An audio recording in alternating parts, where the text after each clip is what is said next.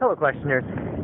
Outside snowshoeing today, and I have a question for you. When you're in a public restroom and you have the option between using the paper towels to dry your hands and using the air dryers, which one is better to use?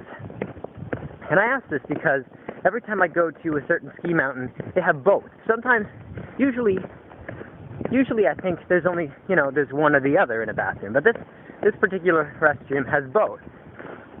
And so every time I go in there, I wonder which one I should use.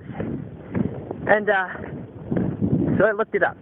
I went online and I looked up which is better for the environment, the air dryers or the paper towels. And I was betting when I went on it that the paper towels were going to be better for the environment, because most of the paper that all the paper that they use for that, although it is non-recyclable, all the paper comes from managed forest crops, essentially. People that cut down the trees and then plant more trees because they make money doing that. So it's not harming the environment that way. I thought it was going to be the paper, but it actually turns out that although there's obviously electricity used in the manufacture and in the drying process with the air dryers, the process of manufacturing paper towels is more energy intensive and worse for the environment. About twice as bad as far as carbon dioxide levels go anyway. But then, as I was exploring this issue, I remembered that I had heard somewhere that the air dryers spread germs. That it's actually worse than not washing your hands if you use the air dryer. So I looked that up, and it turns out it's kind of true. Not only, oh boy, lots of wind here, you probably can't hear me at all. It actually turns out that it's true that air dryers spread germs when you use them. Not only do they get germs on you, but they spread germs. The accelerator dryers, those new ones that I love, that I thought I loved? Turns out those ones get more germs. They spread germs like a meter away or whatever. Anyway, that's also something to take into account. Best solution, just dry your hands on your pants. That's what my dad does. He just sticks his hands in his pockets and dries them.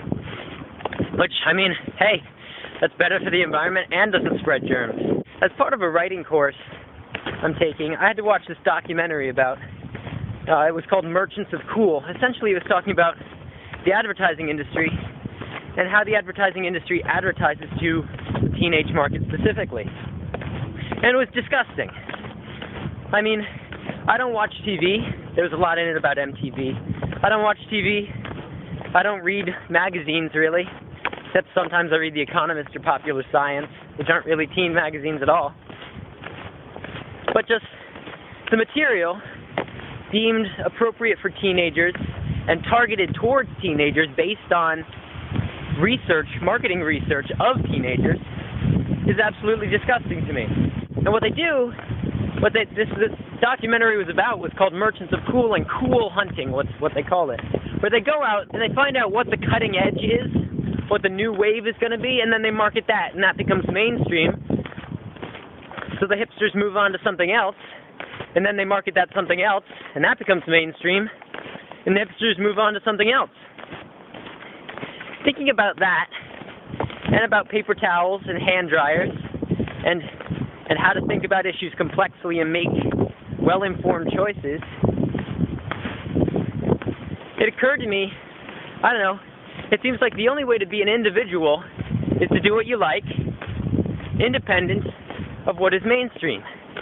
And I flatter myself, I'd like to flatter myself to think that I'm an individual in that I do that, in that I do what I like. Totally not true. I'm wearing flannel, probably because I think it's cool. I'm wearing pretty tight jeans, probably because I think it's cool, not because I like it. I like it, but I like it probably because I think I like it. I don't even know what I like. I do what I think is cool and then say that's something I like.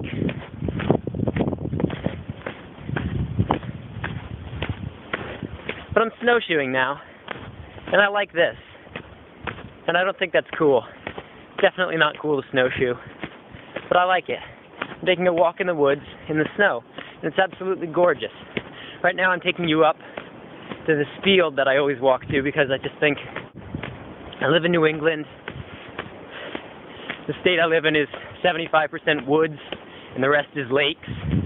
So there aren't that many fields. So I'm going to go take you to this field because I don't get to look at fields very often. If you live in the Midwest, you're going to be really disappointed because this field is so small. And see? Here's the field. I like looking at this field. Look, there's a tree house up there. Maybe you can see it.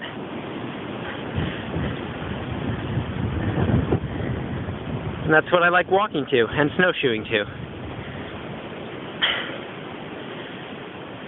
Does walking to this field, does snowshoeing to this field, just because I like it, does that make me an individual? What do you think, questioners? What do you think?